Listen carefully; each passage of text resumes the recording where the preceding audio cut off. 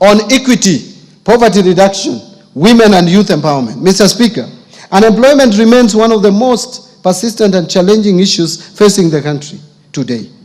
The challenge is not only about job creation, but also bringing the critical gap between education and employment and developing relevant skills for the modern economy.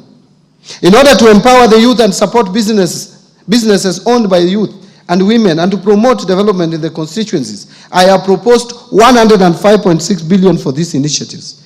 This allocation includes I have proposed 105.6 billion, not million, for these initiatives. This allocation includes 10 billion for the National Youth Service, NYS, 3.6 billion to National Youth Opportunity Towards Advancement, what is famously known as NYOTA, and Kenya shillings 318 million for the Youth Enterprise Development Fund. In addition, I have proposed 990 million for film development services.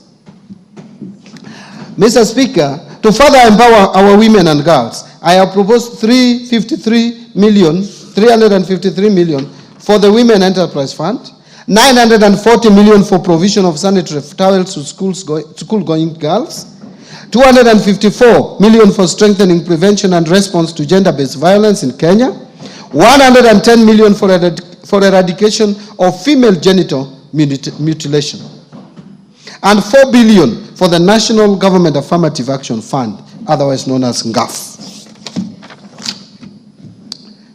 Mr. Speaker, to promote regional equity, reduce poverty, and enhance social development across the country, I have proposed 58.8 billion for the National Government Constituency Development Fund, 9.6 billion for the Equalization Fund to finance programs in identified marginal areas or marginalized areas, and another 15.9 billion for the Kenya Devolution Support Program number 2.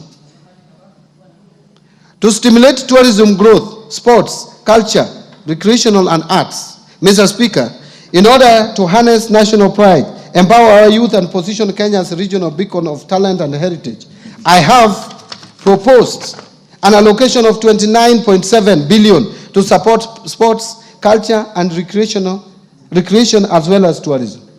This proposed allocation includes 13.5 billion for the Sports, Arts and Social Development Fund, 2.3 billion to establish an automation and digitization system for the sports registrar,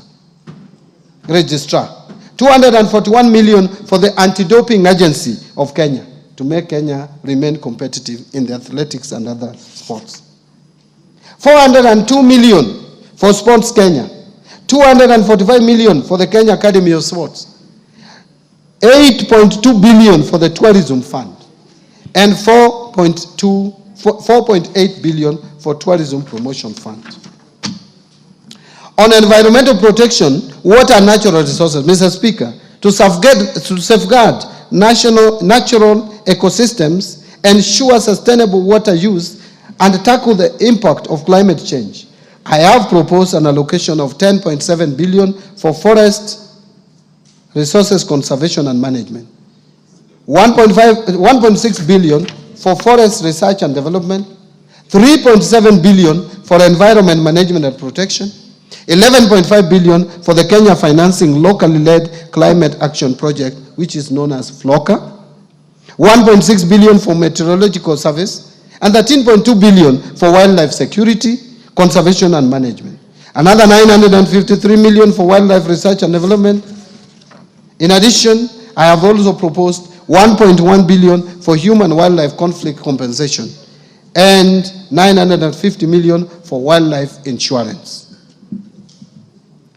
Mr. Speaker, I have also proposed an allocation of 26.8 billion for water and sewerage infrastructure development.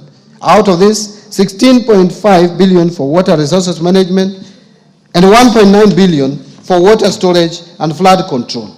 In addition, I have also proposed 15 billion for irrigation and land reclamation and 266 million for water harvesting and storage for irrigation.